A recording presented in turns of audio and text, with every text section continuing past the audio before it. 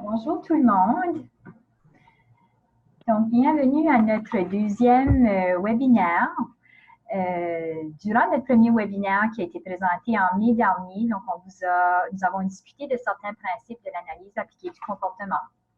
Donc, aujourd'hui, nous allons aborder ensemble le principe du renforcement et comprendre comment le mettre en pratique avec les apprenants. Donc, la présentation d'aujourd'hui sera enregistrée. Puis, vous aurez l'occasion de la visionner à nouveau si vous sentez le besoin de le faire. Donc, ces webinaires sont conçus et livrés par Partenariat d'apprentissage en autisme. Nous sommes une direction du ministère de l'Éducation et du Développement de la petite enfance au Nouveau-Brunswick, au Canada. Notre mandat est de concevoir et livrer des formations de haute qualité pour promouvoir une compréhension commune et l'application des stratégies visant à aider les apprenants ayant un trouble du spectre de l'autisme à réaliser leur plein potentiel. Donc, nos formations s'adressent au personnel éducatif scolaire et préscolaire, aux encadrants et aux parents. Je vous invite à visiter notre site web à la fin du webinaire pour en savoir plus sur nous. Donc, aujourd'hui, notre webinaire sera présenté par Nathalie Légère, agente pédagogique en liaison externe. La présentation de Nathalie dure environ 1 heure. Je vous invite, si vous avez des questions, à les écrire dans la boîte de dialogue. Donc, moi, je vais garder un œil sur cette boîte de dialogue-là durant la présentation de Nathalie. Puis, on pourra répondre aux questions à la fin de la présentation. Notez par contre qu'on ne pourra pas répondre à des questions spécifiques en lien avec des cas spécifiques ou des apprenants spécifiques. Donc, nous vous remercions d'être là avec nous aujourd'hui et puis je vais céder la parole à ma collègue Nathalie.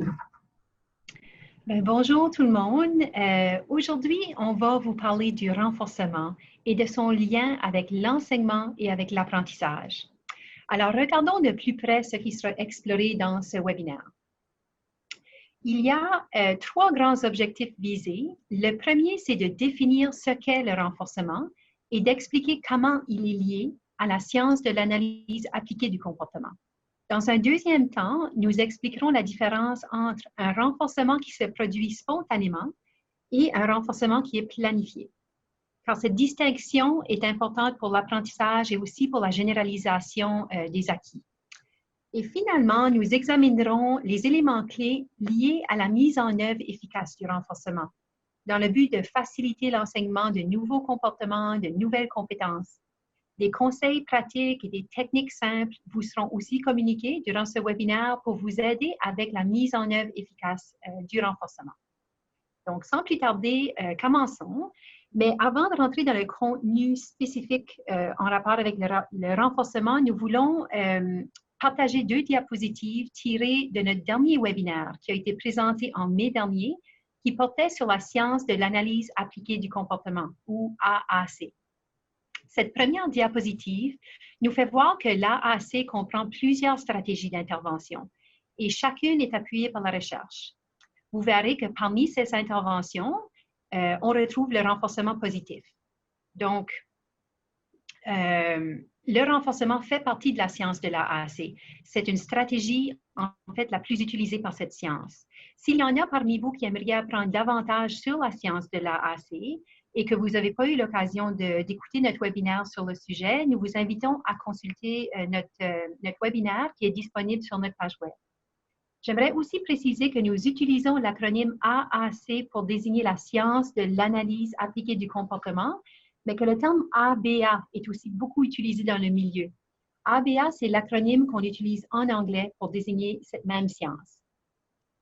Alors, la deuxième diapo qu'on voulait vous présenter, qui est tirée du webinaire du mois de mai, ce n'est une sur laquelle nous voulions vous faire part de la science de l'apprentissage, de comment ça fonctionne l'apprentissage d'un nouveau comportement. Alors, avant qu'on se mêle dans les acronymes, j'aimerais préciser que les éléments de cette diapositive touchent l'antécédent, dont le premier A, le comportement et la conséquence. Et donc, on parle, comme acronyme, on parle de l'ACC et ce n'est pas à confondre avec l'AAC qui est vraiment la science de l'analyse appliquée du comportement. Donc, avec cette diapo, nous voulions revenir sur le fait que pour comprendre ce qui motive un comportement, on doit d'abord regarder ce qui se passe avant le comportement. On appelle cette partie-là l'antécédent. et aussi regarder ce qui se passe après le comportement et on s'y réfère comme la conséquence. En étudiant ces variables et en identifiant le rôle qu'elles jouent dans l'acquisition et dans le maintien du comportement, on sera en mesure d'aider nos apprenants dans l'acquisition de nouveaux comportements et de nouvelles compétences. Regardons de plus près ce diagramme. Disons que le comportement à l'étude, c'est éteindre la télévision. Alors, donnons l'exemple d'une mère qui dit à son enfant « Ferme la télé, c'est l'heure du coucher ». Cette demande verbale est considérée comme un antécédent. Les antécédents, là, ils ne causent pas directement le comportement, mais ils établissent des conditions qui lui sont favorables. Alors, le premier C, celui du milieu, représente le comportement qu'on cherche à mesurer. Dans ce cas ici, on parle du comportement d'éteindre la télévision. Et le dernier C correspond à la conséquence ou ce qui survient immédiatement après le comportement. Et c'est cette conséquence qui va déterminer si le comportement sera plus susceptible de se manifester dans le futur. Dans ce cas, la mère donne des câlins et remercie l'enfant d'avoir eu fermé la télé. Il faut savoir que les conséquences peuvent être renforçantes, mais peuvent aussi être punitives.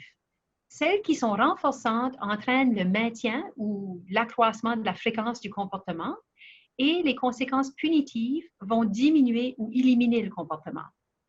Pour savoir si la conséquence de donner des câlins et dire merci à l'enfant était renforçante ou punitive, la mère devra saisir de nouvelles occasions, soit le lendemain à l'heure du coucher ou bien à un autre moment donné dans la journée lorsque ça se présente, et elle devra répéter la séquence.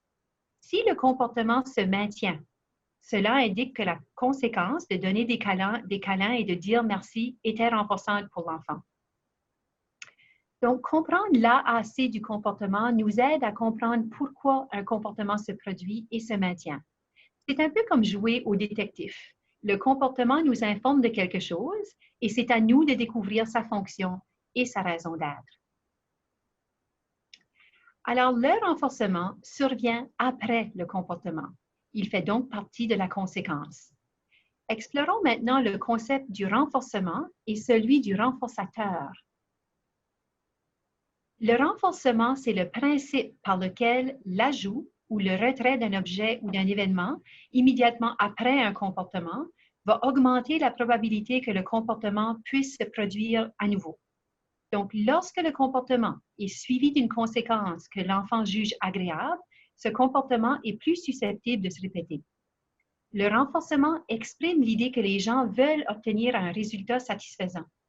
Un comportement qui est renforcé tend donc à être répété. Lorsqu'un comportement est répété en raison d'un renforcement et qu'il se maintient au fil du temps, nous considérons qu'un apprentissage a eu lieu. Supposons qu'un père donne un peu d'argent à sa fille à chaque fois qu'elle ramasse ses jouets. Si la fille ramasse ses jouets plus souvent dans le futur, c'est que l'argent a servi de renforcement et nous pouvons considérer que le comportement de ramasser les jouets a donc été renforcé. Le renforcement peut aussi être utilisé pour un groupe. Prenons l'exemple d'une enseignante qui place un bloc dans un récipient pour souligner un comportement attentif lors des explications durant la période de mathématiques. Lorsque le récipient est rempli, la classe se mérite une activité préférée qu'ils ont choisie à l'avance. Si le fait de souligner le comportement attentif de ces apprenants en plaçant des blocs dans le récipient augmente l'attention de ces élèves, c'est que le système de blocs sert de renforcement pour eux. Alors, le renforcement, c'est vraiment le principe qui fait en sorte qu'un comportement va se maintenir dans le temps. Alors que le renforçateur, c'est vraiment l'objet ou l'événement qui augmente la probabilité du comportement. Si nous reprenons l'exemple de l'enfant qui devait ramasser ses jouets, le renforçateur pour cet enfant-là, c'était l'argent. L'argent a permis de renforcer le comportement de ramasser les jouets. Le comportement attentif des élèves, dans le deuxième exemple, lors des explications de mathématiques, a été renforcé par les blocs dans le récipient qui, éventuellement, allaient se traduire par une activité préférée. Alors, les renforçateurs aident à solidifier un comportement. On a vu que deux choses doivent se produire pour qu'un élément soit considéré comme étant un renforçateur. D'abord, le renforçateur doit être présenté ou retiré après un comportement et il doit mener à la répétition du comportement. Il y a une variété infinie d'éléments qui peuvent servir de renforçateurs. Les éloges, l'attention, les câlins, les aliments, les activités préférées, des sports, les jouets, l'argent, les jetons. Alors, il y a vraiment toute une panoplie d'éléments qui peuvent servir de renforçateurs. Certains éléments, comme les aliments et l'argent, sont des renforçateurs qui sont pour tout le monde, qui sont presque utilisés ou appréciés par tout le monde. Mais il faut préciser que certaines personnes sont renforcées aussi par des choses qui pourraient être considérées comme déplaisantes pour d'autres personnes. Par exemple, certains apprenants qui considèrent les réprimandes, il y en a qui vont considérer ça comme punitif, puis il y en a d'autres qui vont considérer ça comme renforçant.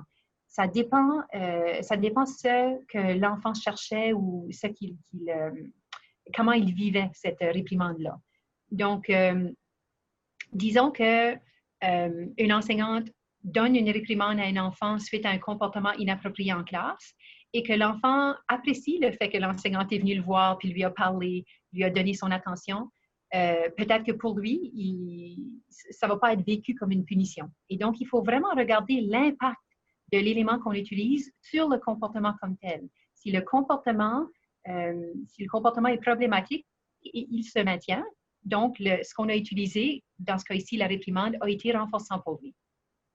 Il faut aussi préciser que le fait de retirer quelque chose après un comportement peut aussi être un renforçateur. Par exemple, le fait de pousser le bouton sur votre réveil matin est renforcé par le retrait de la sonnerie forte et désagréable.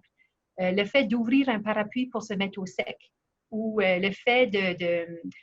le fait de retirer un apprenant de la classe lorsqu'il y a un comportement perturbateur. Peut-être que pour cet enfant-là, ça, c'est un renforçateur. Surtout s'il cherchait à éviter une situation sociale ou le travail en question, s'il produit un comportement problématique et il se fait retirer de cette situation-là, le retrait, en fait, pour lui, agit comme renforçateur si son comportement perturbateur se maintient dans le temps.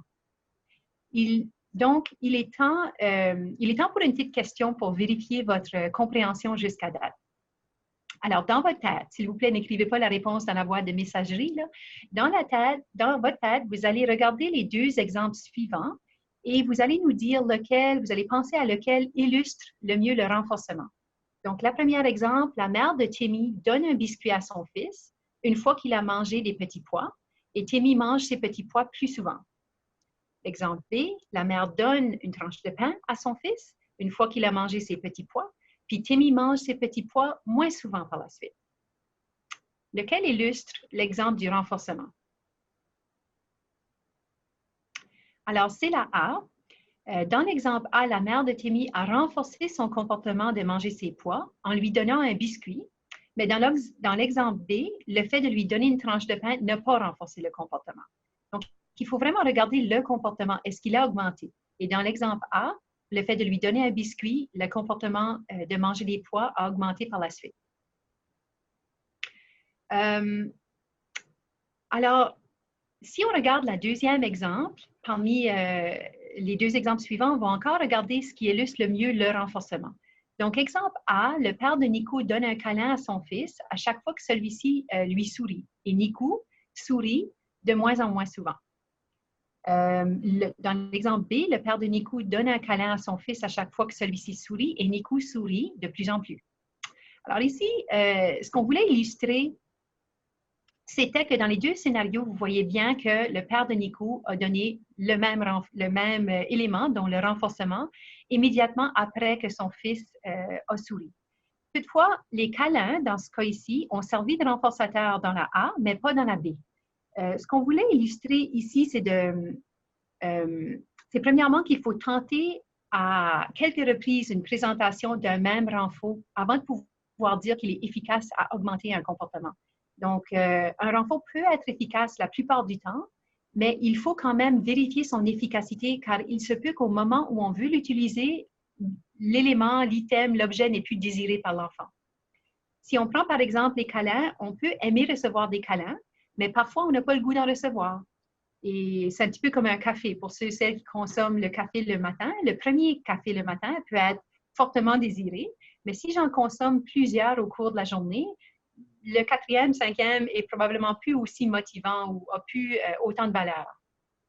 Alors, ce n'est pas parce qu'on pense que quelque chose agira comme un renforçateur que ce sera effectivement le cas. Nous devons vraiment confirmer la motivation pour le renforcement en question et nous devons continuer à vérifier si le renforcement choisi continue de maintenir ou d'augmenter le comportement. Un autre concept que nous voulons aborder aujourd'hui, c'est le fait que le renforcement peut être planifié et il peut aussi se produire naturellement ou de façon spontanée. Ce concept est important car si un renforcement peut éventuellement, si un comportement peut éventuellement être renforcé spontanément dans l'environnement habituel de l'apprenant, il aura plus de chances de se maintenir dans le temps. Regardons donc les renforcements qui surviennent de façon naturelle. Le renforcement spontané survient de façon naturelle, automatique, spontanée dans notre environnement. Les renforçateurs sociaux, comme les sourires, les éloges, l'attention, font partie des renforçateurs plus naturels qu'on rencontre dans la vie courante. Parmi les autres exemples, citons notamment le fait de recevoir un objet après l'avoir eu demandé, le fait de sentir une brise fraîche lorsqu'on a chaud après avoir ouvert une fenêtre, ou le fait de manger un biscuit ou un pain chaud qui sort du four, le fait de recevoir de l'aide pour une tâche après l'avoir eu demandé. Ces conséquences-là ils se produisent naturellement dans l'environnement. Lorsque les conséquences naturelles surviennent suite à un comportement et que nous percevons ces conséquences comme étant plaisantes ou agréables, nous sommes susceptibles de répéter ces comportements pour accéder à nouveau à ce qu'on trouvait agréable. Mais certains de nos apprenants ayant un TSA ne sont pas nécessairement renforcés par les renforcements qui se produisent spontanément dans le milieu habituel, comme les échanges sociaux, les sourires ou autres. Il faut donc, dans un premier temps, planifier le renforcement. On va donc regarder de plus près ce qui consiste à un renforcement planifié. Donc, un renforcement peut être délibérément organisé pour enseigner de nouvelles compétences, de nouveaux comportements ou de nouvelles compétences. Comme on a vu dans l'exemple avec la fille qui reçoit de l'argent pour le comportement de ramasser ses jouets, ou celui de l'enseignante qui place des blocs dans un récipient lorsqu'elle observe des comportements attentifs chez ses élèves. Alors, comme ces deux exemples-là, on organise, on planifie le renforcement afin d'augmenter le comportement désiré. Les gens sont plus susceptibles de répéter un comportement qui mène à un renforçateur et ils sont moins susceptibles de répéter un comportement qui ne mène pas à un renforcement. Il faut aussi savoir que le renforcement peut être mal utilisé. Alors, lorsqu'un comportement indésirable ou problématique persiste, il faut savoir qu'il y a un renforçateur qui le maintient. Parfois, ce n'est pas évident, il faut étudier le comportement un peu plus pour le découvrir, mais si un comportement persiste, c'est qu'il y a un renforcement quelque part qui le maintient.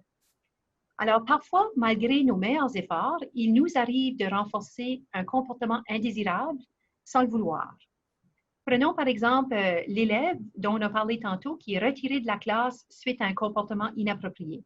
S'il cherchait à éviter la tâche de travail ou la situation quelconque, une situation sociale, et qu'il se fait retirer de la classe suite au comportement qu'on a jugé inapproprié, il risque de répéter le comportement à l'avenir, la prochaine fois qu'il veut éviter une tâche semblable. Il est donc possible que notre réprimande ou le fait de le retirer de la classe contribue au maintien du comportement qu'on voulait en fait estomper. Et donc, notre intervention a maintenu le comportement, a été renforçante pour lui. Il est aussi possible que le renforcement soit utilisé de sorte qu'il va à l'encontre des principes d'éthique. Donc, on pourrait tenter de renforcer des comportements illégaux ou qui mènent à l'exploitation en offrant des sommes d'argent pour des actes criminels, par exemple. Alors, le principe de renforcement existe là aussi, mais dans le cas de l'intervention liée à la science de l'appliqué du comportement, les intervenants certifiés sont tenus de respecter un code d'éthique précis et agir sur les comportements qui sont socialement importants et qui augmenteront la qualité de vie de l'individu. Donc, nous, on va se concentrer sur les comportements prosociaux, les comportements qui sont appropriés et aidants pour l'enfant. Alors, il faut savoir que le renforcement est un principe qui est soutenu par de nombreuses recherches, et ce, depuis de nombreuses décennies. Mais malheureusement, c'est encore un concept qui suscite un peu de controverse. Certaines fausses idées circulent à son égard et les mythes méritent d'être exposés. Donc, on va prendre quelques instants, puis on va regarder ce qu'on entend parfois dans l'environnement en rapport avec le renforcement. D'abord, il y a l'idée de récompense. Un renforcement et une récompense, ce ne sont pas des synonymes. Le renforcement suit un comportement et augmente la probabilité que ce comportement-là va se produire à nouveau. Alors que les récompenses n'ont pas nécessairement une incidence sur l'occurrence future du comportement. Il ne va pas nécessairement faire en sorte que le comportement va augmenter. Et ils ne produisent pas nécessairement, c'est pas nécessairement livré immédiatement après un comportement non plus. Donc, ce n'est pas la même chose qu'un renforcement. Devant l'idée qu'un renforcement est du chantage, il faut comprendre que le chantage sert souvent à produire un comportement qui servira à la personne qui fait le chantage. Ce comportement ne sera pas nécessairement non plus positif. Tandis qu'avec le renforcement, on vise des comportements socialement acceptables, des comportements qui sont significatifs pour l'enfant, puis qui vont aider l'apprenant à augmenter sa qualité de vie. Donc, des comportements qui sont dans son meilleur intérêt. Alors que le chantage, c'est souvent dans l'intérêt de la personne qui fait le chantage. Donc, c'est une grande différence. La manipulation aussi, parfois on entend que le renforcement, c'est comme une manipulation. Bien, le renforcement se produit constamment dans la vie de tous les jours. Nous recevons des chèques de paye pour notre travail. Nous recevons souvent un dessert à la fin d'un repas ou des compliments lorsqu'on change notre coupe de cheveux ou qu'on porte un vêtement nouveau. Alors, les renforcements se passent naturellement déjà dans l'environnement. Ça, c'est pas du chantage, c'est tout simplement ce qui se passe de façon naturelle. Alors, nous avons déjà reconnu que le renforcement peut être utilisé de façon contraire à l'éthique, comme dans le cas de la manipulation. Mais lorsqu'il est utilisé de façon éthique, il permet vraiment l'apprentissage et il aboutit à des conséquences positives pour l'apprenant. Les compliments, les sourires, les signes de reconnaissance, la réalisation d'une tâche sont tous des exemples de renforcement qui peuvent influencer le comportement d'une personne. Ils se produisent donc naturellement dans la vie de tous les jours. Pour la question de créativité, il faut savoir que le renforçateur augmente la motivation et permet l'enseignement de nombreuses compétences. Et la créativité peut se définir en termes de comportement et ces comportements peuvent être enseignés à l'aide de renforcement. Pensons aux athlètes professionnels, ils ne perdent pas leur motivation parce qu'ils sont payés. Encourager un comportement par le biais de renforcement est naturel et le renforcement augmente la motivation. Alors, vérifions notre compréhension avec les deux questions suivantes. Un événement qui suit un comportement et qui augmente la fréquence future de ce comportement est quoi? Pensez aux trois réponses. Est-ce que c'est A, récompense, B, faire du chantage, ou est-ce que c'est C, renforçateur? Alors, la réponse est C. Un renforçateur est un élément qui suit un comportement et qui augmente la fréquence du comportement. Le renforcement est la procédure qui consiste à présenter cet élément après un comportement. Dans la deuxième question, nous vous demandons lequel des deux exemples illustre un renforcement qui survient de façon naturelle. Donc, on a parlé du renforcement organisé et de celui qui survient naturellement. Dans la A, on voit un enfant qui demande un jouet qu'il ne sait pas, qu'il ne peut pas atteindre et l'adulte lui donne le jouet. Dans la B, Madeleine pleure souvent et sa mère lui donne un biscuit chaque fois qu'elle pleure pour l'aider à se calmer. Alors, lequel illustre un renforcement qui survient naturellement? Alors ici, la réponse est A. Recevoir un item demandé est quelque chose qui se produit naturellement, il se produit continuellement dans notre environnement. Alors que recevoir un biscuit, ça c'est plus planifié. Donc, l'enfant pleure, la maman cherche un renforçateur pour essayer d'arrêter les pleurs. Donc, elle a planifié un peu l'intervention et donc, ce ne serait pas un exemple d'un renforcement qui survient de façon naturelle. Maintenant que vous avez une idée générale de ce qu'est le renforcement et de ce que ce n'est pas, jetons un coup d'œil à la façon de l'appliquer efficacement. Nous allons vous partager 4 étapes pour faciliter la mise en œuvre du renforcement. Ces étapes sont simples, n'importe qui peut les utiliser, que ce soit à l'école, à la maison, en milieu de garde ou ailleurs. Alors, nous allons regarder ensemble ces étapes. Premièrement, nous devons identifier et définir le comportement sur lequel on veut placer notre attention. Alors, qu'est-ce qu'est le comportement cible? On veut aussi repérer les renforçateurs potentiels qu'on pourra utiliser pour augmenter le comportement qu'on a ciblé. En troisième lieu, on va mettre en œuvre le programme de renforcement et finalement, on va évaluer et faire le suivi des progrès. Ça, c'est très important aussi de faire un retour puis de voir si ce qu'on met en place fonctionne. Alors, regardons chacune de ces étapes de plus près en commençant avec la première. Donc, en premier lieu, on veut définir le comportement ou la compétence qu'on vise. On veut le définir de façon concrète. Le fait de définir un comportement signifie que vous le décrivez de façon à ce que tous les observateurs puissent déterminer les moments où le comportement se produit. Donc, il doit être tangible, il doit être observable, mesurable. On doit s'assurer que nous définissons ce comportement de cette façon-là, de façon observable et mesurable. Le fait de mesurer le comportement permet d'obtenir des renseignements utiles sur sa fréquence ou sur le nombre de fois qu'il se produit, ou sur sa durée, ou encore comment souvent qu'il se produit. Choisissez une méthode qui vous permettra de suivre les progrès de l'enfant. Donc, c'est vraiment à vous autres, selon le comportement, selon l'enfant, qu'on cherche à évaluer. Est-ce qu'on veut la durée? Est-ce qu'on veut voir la fréquence? Donc, ça, c'est des questions qu'on devra se poser. Lorsqu'on regarde la partie du milieu, évaluer le niveau actuel de l'apprenant, c'est très important aussi parce qu'il faut prendre le temps d'évaluer ce que l'apprenant sait actuellement faire pour ne pas perdre de temps à enseigner des comportements qu'il sait déjà. Et finalement, on veut préciser l'objectif sur lequel nous souhaitons travailler.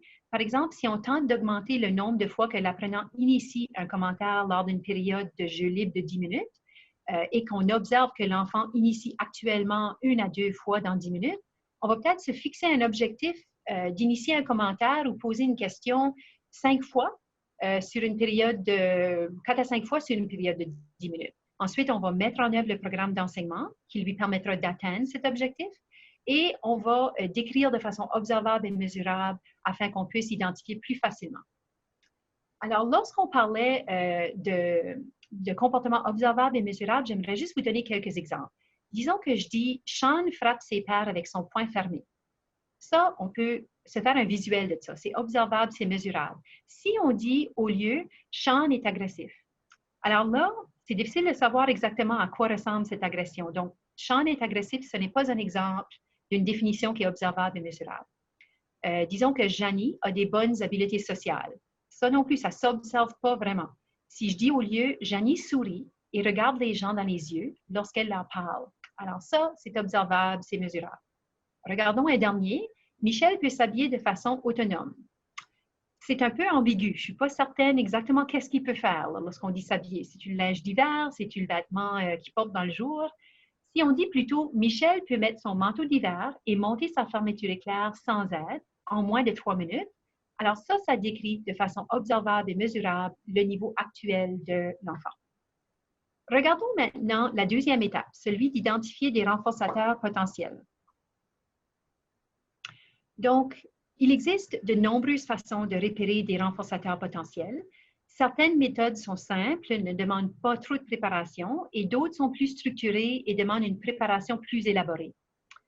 Dans ce qu'il y en a de plus simple, nous pouvons regarder, par exemple, tout simplement l'observation.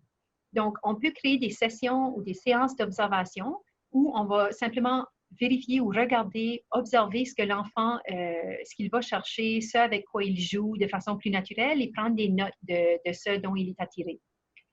On peut aussi procéder par entrevue.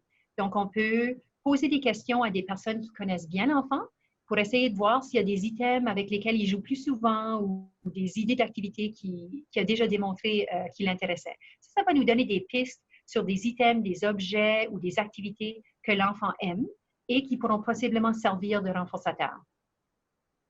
On peut aussi faire une évaluation des préférences. Ça permet de se renseigner sur les objets, les activités préférées qui agissent ou qui agiront possiblement comme renforçateurs. En quoi consistent donc les observations et les entrevues? Lors des sessions d'observation, on cherche vraiment à regarder des moments libres. L'enfant est libre dans ces moments-là et on note tout simplement ce vers quoi il est attiré. Dans le cas d'entrevue, comme on a dit tantôt, on peut simplement poser des questions puis dresser un portrait plus concret de ce qu'il aime ou ce qu'il apprécie. Des listes de vérification et des modèles d'entrevue visant à déterminer des renforçateurs potentiels sont facilement accessibles sur l'Internet en faisant une petite recherche. Il peut être nécessaire, par contre, de mener une évaluation des préférences plus élaborée pour déterminer des renforçateurs potentiels. Ces évaluations peuvent être structurées avec une prise de données et une démarche bien précise à suivre, ou, comme on a dit tantôt, elles peuvent aussi être informelles sans nécessairement prendre de données et simplement observer l'apprenant en présence de certains jouets ou objets.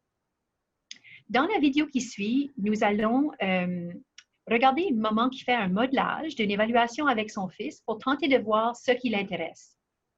Il y a plusieurs outils d'évaluation ou de manières de procéder pour faire l'évaluation des préférences. Nous, on va se centrer sur un qui s'appelle le libre accès. Alors, dans ce cas ici, l'enfant est libre de choisir ce qu'il veut, avec quoi il veut jouer. Et la maman va observer les items qui sont choisis par l'enfant. Elle va regarder les réactions qu'il y a devant ces items-là. Puis, ça va nous donner une idée de ce qu'il aime ou ce qu'on pourrait possiblement classer à la fin en ordre de préférence les items qu'il a choisis. Durant ce type d'évaluation, l'enfant a un accès illimité et libre, comme le dit son titre, à des items durant une période de temps prédéterminée. Tous les items sont à la portée de la main et ne sont jamais retirés de l'environnement, même après que l'enfant les ait eus manipulés. Il n'y a pas d'exigence en termes de comment on s'attend que l'enfant va utiliser les objets. Il est vraiment libre d'interagir avec ceux-ci comme il le souhaite. Cette évaluation peut être planifiée et arrangée, ou elle peut aussi se dérouler de manière plus naturelle dans l'environnement habituel de l'enfant. Exemple, laisser l'enfant interagir librement dans le coin de jeu en classe ou dans le salon avec ses jouets à la maison. Et le rôle de l'observateur est simplement d'observer l'individu pendant la période de temps prédéterminée et prendre des données ou prendre des notes sur ce qu'il choisit. J'aimerais préciser que la longueur de la séance dépend vraiment de l'individu. Si un enfant est jeune, avec un temps d'attention limité, il sera mieux de garder la session plus courte, comme genre 5 à 7 minutes, par exemple. Si l'enfant est plus vieux et est capable d'être attentif et engagé pour de plus longues périodes, la session pourrait durer peut-être une dizaine ou une quinzaine de minutes. Les items que l'enfant touche le plus souvent sont considérés comme des items hautement préférés. Il peut être possible de répéter l'évaluation avec différents items ou avec différentes combinaisons d'items. Alors, nous allons regarder le vidéo, puis on pourra en jaser par la suite.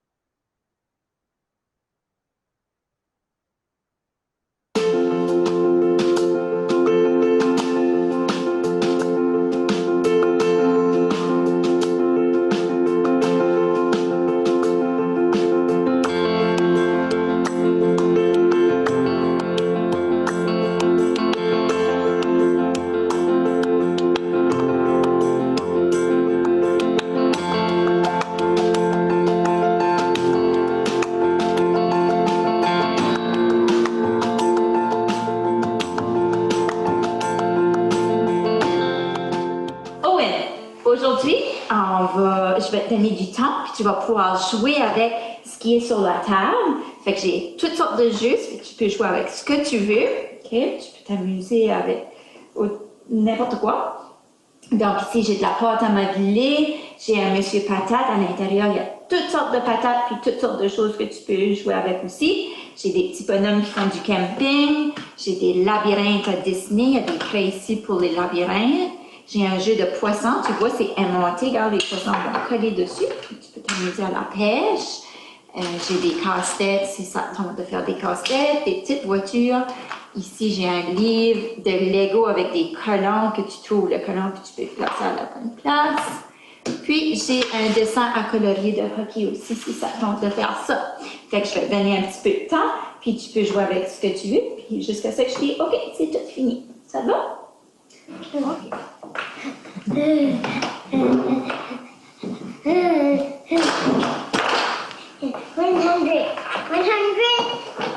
Donc,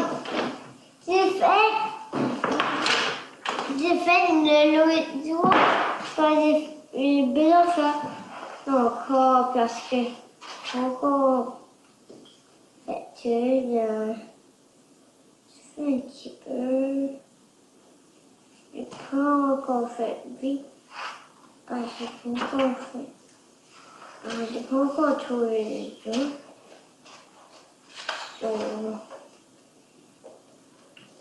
Donc, ça va fini.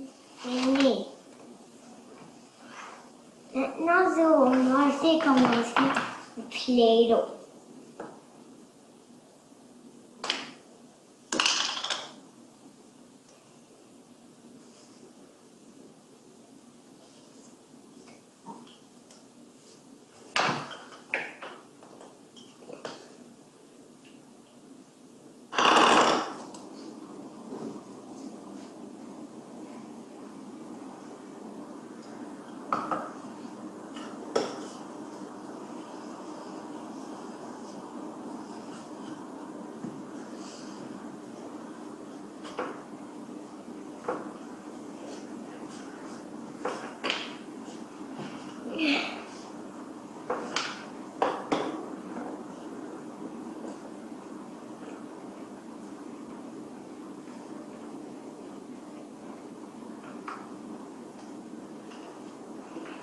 On va jouer à Play-Doh. Et comment jouer? On va mettre ça sur le feu. Comme ça, tu fais. Puis le bois, c'est ici.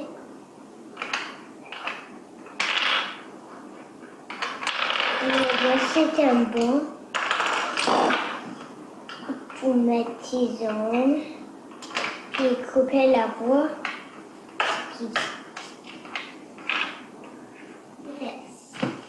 C'est ça.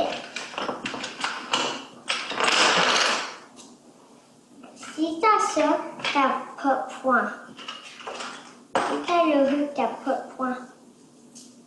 Donc, c'est ça. Je ferme ça.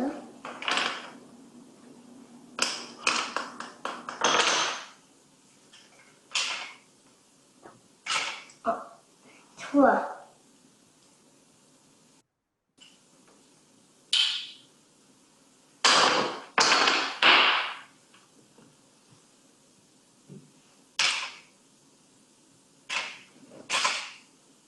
Deux.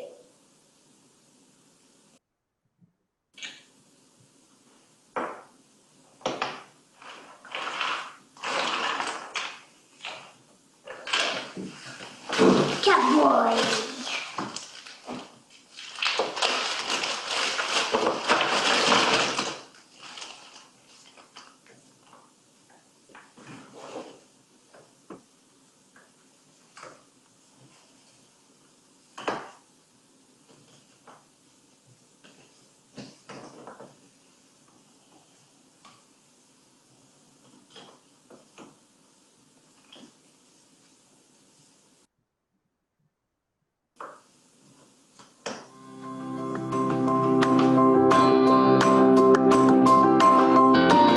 Alors, dans cette vidéo, on a vu plusieurs choses. On a vu un petit garçon qui est capable de jouer de façon autonome pendant 30 minutes.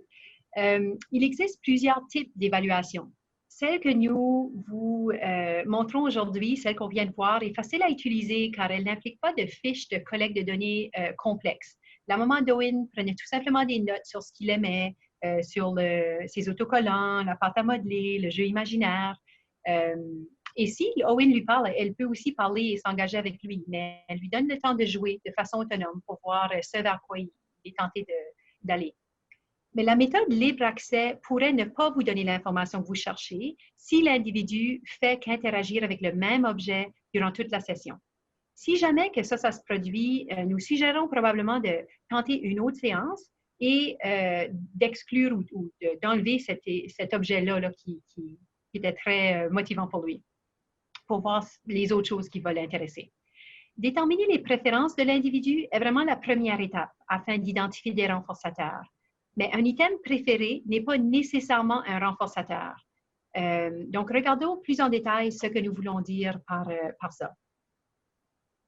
Lorsque nous cernons des préférences, nous déterminons des renforçateurs potentiels. Donc, pour Owen, les autocollants, la pâte à modeler, les jeux imaginaires, ce seraient des renforçateurs potentiels pour lui.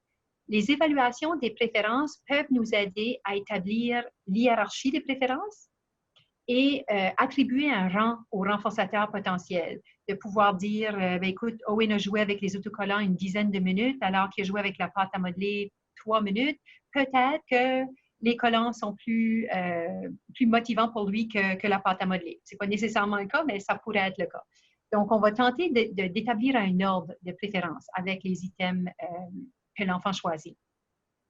Nous devons ensuite observer si une augmentation du comportement pour le renforçateur qu'on a choisi, s'il y a eu l'effet de maintenir ou d'augmenter le comportement. Et c'est seulement lorsqu'on aura cette réponse-là qu'on sera en mesure de dire que l'autocollant ou la pâte à modeler a agi comme renforçateur. Il s'agit d'un concept souvent mal compris qui peut mener à des problèmes au moment de la mise en œuvre. Nous ne pouvons pas présumer que le choix d'un item habituel, qui est habituellement apprécié par l'enfant, va être un renforçateur. Et parfois, on fait ce lien-là. On pense que l'item qu'on utilise est renforçant pour lui, mais à ce moment-là, peut-être qu'il ne voulait pas. On a donné l'exemple du café tantôt. Le premier café peut être super renforçant, le quatrième peut-être moins, là, si on se met même à 4. Donc, la puissance des items préférés peut varier dans le temps. Il faut donc les évaluer fréquemment afin de s'assurer que la motivation pour l'item est toujours là avant de l'utiliser comme un renforçateur. Ce n'est qu'en observant son effet sur le comportement qu'on pourra avancer ou non que l'item est un renfort. Beaucoup de variables entrent en jeu lorsqu'on veut faire la mise en œuvre d'un renforcement. Il ne s'agit pas simplement de déterminer ce que l'enfant aime, il faut vraiment observer attentivement son effet. Donc, on va procéder avec une autre question pour vérifier votre compréhension jusqu'à date. Parmi les méthodes suivantes, lesquelles sont nécessaires au repérage des renforçateurs? Évaluer et suivre les progrès. B, observer et faire des entrevues. Ou C, observer, faire des entrevues et évaluer les renforçateurs.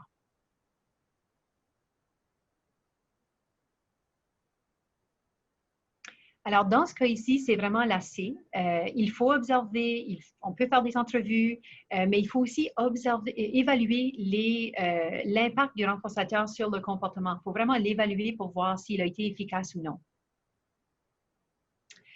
La troisième étape, parce que nous avons vu jusqu'à présent l'importance de définir le comportement, des façons pour identifier des renforçateurs potentiels, et nous allons maintenant regarder des conseils pour faciliter la mise en œuvre efficace d'un programme de renforcement.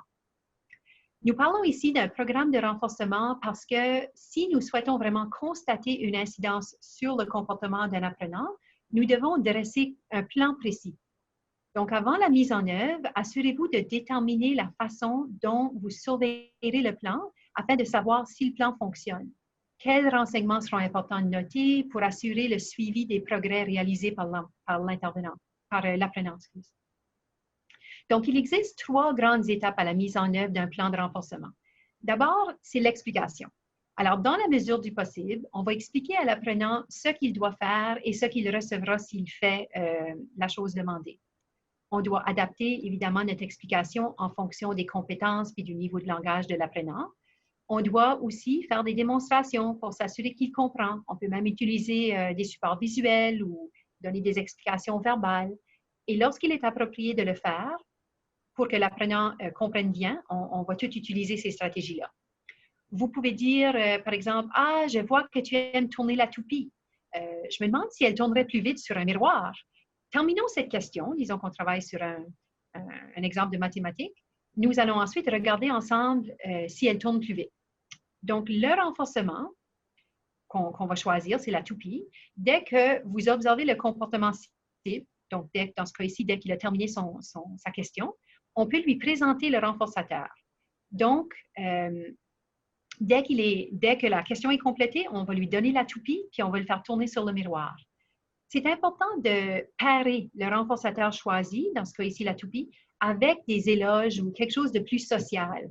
Donc, un sourire, des félicitations, parce que dans la vie de tous les jours, c'est souvent ces renforçateurs-là qui vont se produire de façon naturelle. Donc, on veut déjà donner le message à l'enfant que oui, les objets, les items, c'est plaisant, mais on veut déjà les parer avec des renforcements plus sociaux ou plus naturels. Il y a des conseils pour augmenter la valeur d'un renfort. On va regarder de plus près quels sont ces conseils. Donc, pour être efficace, on doit d'abord être contingent. Contingent veut dire on donne le renforcement pour le comportement qu'on a ciblé. On doit aussi varier le renforçateur ou parfois même le priver. Plus la personne est privée du renforçateur, plus le renforçateur sera efficace. L'apprenant ne peut pas avoir un accès illimité au renforçateur potentiel parce qu'on va, on va diminuer son efficacité ou sa valeur. La satiété est le contraire de la privation. Plus une personne a accès à un renforçateur, moins le renforçateur est susceptible d'être efficace. Donc, pour prévenir la satiété, on veut utiliser une variété de renforçateurs. On veut aussi regarder l'ampleur. Est-ce que l'ampleur du renforçateur est adéquate?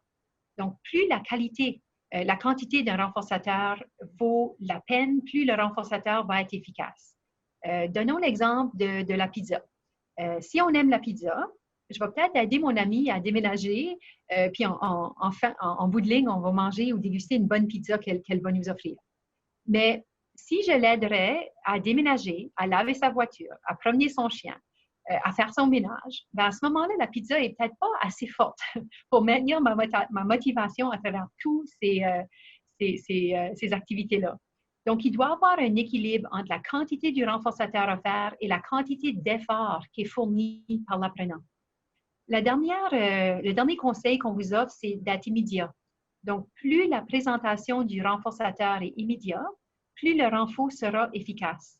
Un délai dans la présentation du renforçateur pourrait mener au renforcement d'un comportement problématique par erreur.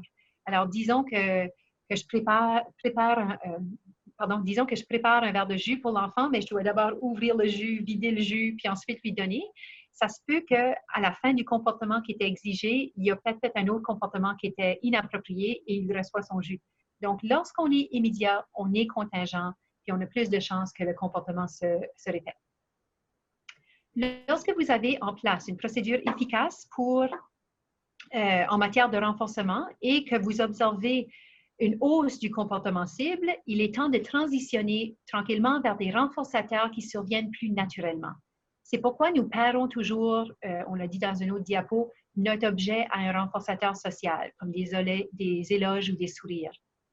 C'est ce type de renfort plus naturel que l'enfant ou l'apprenant va rencontrer le plus souvent dans son milieu. Donc, si l'apprenant transitionne vers un renfort social, cela aidera à maintenir le comportement à long terme dans des conditions habituelles. Cela aide aussi dans le cadre de la généralisation, c'est-à-dire que dans le cadre de la généralisation, lorsque l'enfant a accès à un renforçateur plus naturel, il est probable que le comportement va se produire puis se maintenir de façon naturelle dans l'environnement. Nous voulons que le comportement se maintienne à long terme. Donc, modifier le renforcement de sorte qu'il soit plus automatique va contribuer à cet objectif-là. Lorsque le comportement est maintenu par des renforçateurs naturels, les apprenants sont plus en mesure de faire preuve aussi d'autonomie et moins appuyés sur des renforçateurs externes ou planifiés qu'on leur offre. Et finalement, la quatrième étape consiste à évaluer et à suivre les progrès. C'est donc une étape très importante. Nous devons recueillir des renseignements sur son efficacité. Nous pouvons noter, par exemple, la fréquence ou la durée du comportement cible ou utiliser une autre méthode de collecte de données. Mais les renseignements devraient être consignés. Les renseignements anecdotiques ne sont pas vraiment fiables et vous devez être en mesure de voir les résultats afin de déterminer si votre plan fonctionne. Donc, on doit prendre des notes. Vous pouvez comparer la fréquence du comportement pendant la mise en œuvre et la fréquence du comportement après la mise en œuvre pour voir si le comportement progresse vers l'objectif de votre plan, voir si votre plan est efficace. Dans le sens contraire, vous devez déterminer les changements à apporter pour améliorer l'efficacité. Donc, si on n'a pas les résultats estompés, on doit voir un peu comment on peut modifier le plan pour arriver à notre but. Donc, regardons un exemple dans le quotidien. Voici un exemple simplifié pour un apprenant qui fait un programme d'entraînement à la propreté. Mais sachez que cet objectif doit être travaillé en collaboration avec une ergothérapeute et cette collaboration-là va être essentielle car il existe de nombreux programmes pour adresser cette compétence et nous devons choisir celle qui répondra le mieux à votre apprenant et aussi l'individualiser à ses besoins. Un programme comme celui-ci demande vraiment une formation avancée puis une étroite collaboration avec d'autres professionnels.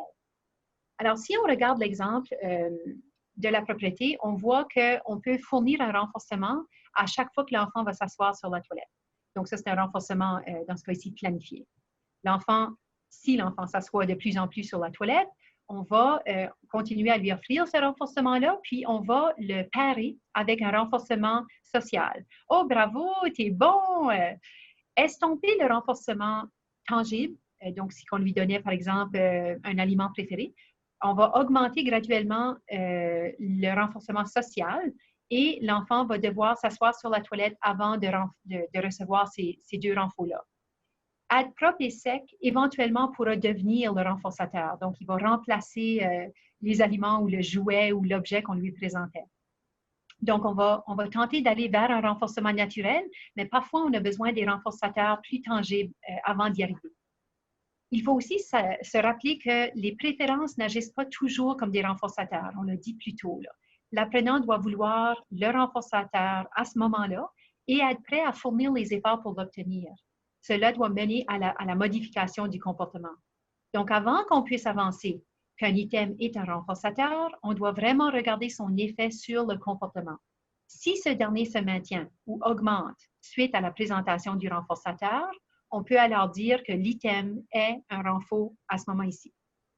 On doit aussi se rappeler que même si un item a servi de renfort pendant une période précise, ça ne veut pas nécessairement dire qu'il sera toujours motivé par cet item-là. Donc, on veut utiliser le renfort. Lorsqu'on utilise le renfort, on veut vraiment déterminer ce qui doit être enseigné. On veut repérer ou identifier les renforçateurs potentiels. On veut mettre le programme en œuvre et on veut évaluer et suivre les progrès. Donc, en résumé, c'est ce que le webinaire tentait de vous montrer ou de vous partager. On a aussi vu que l'importance de la présentation du renforçateur, on doit aussi vu l'importance de la présentation du renforçateur, le fait qu'il doit être immédiat, puis il doit être, pour qu'il soit efficace, il doit être donné rapidement. Un délai dans la présentation du renforçateur pourrait mener au renforcement du comportement problématique. Alors, nous voulons vous remercier de votre présence à ce webinaire. J'espère que les conseils qu'on a pu vous partager vous seront utiles et vous aideront à comprendre davantage comment faire la mise en œuvre efficace d'un renforcement pour augmenter les comportements signifiants pour l'enfant, les comportements qui vont l'aider avec ses relations sociales dans sa communauté, dans son milieu. Alors, merci de votre attention. Merci beaucoup, Nathalie. C'était très, très, très intéressant. J'espère que tu as branché ton ordinateur. Je vais faire ça tout de suite. Donc, s'il y en a qui ont des questions, on peut attendre quelques minutes. Si vous pouvez poser vos questions dans la boîte de dialogue. Mais en attendant, oui, moi aussi, je tiens à vous remercier de vous être rejoints à nous. Je vous invite aussi à suivre notre page Facebook pour connaître les dates de nos prochains webinaires. Et puis, on affiche des choses sur cette page-là aussi. Je vous invite à visiter notre site web. Nathalie, je vais peut-être te demander d'afficher le site web à l'écran lorsque tu seras revenu. Donc, sur notre site web, on va déposer dans quelques semaines, je dirais dans quelques jours, l'enregistrement de ce webinaire. Merci. Et puis, il y a notre courriel aussi. J'ai une question ici à savoir si on peut recevoir la présentation PowerPoint par courriel. La présentation ne sera pas disponible, mais on va déposer un sommaire de la présentation sur notre site web. Donc, il va y avoir un résumé, si vous voulez, complet de la présentation qui sera déposé sur le site web également dans les prochains jours. Donc, je vais attendre quelques secondes. pour voir s'il n'y a pas d'autres questions.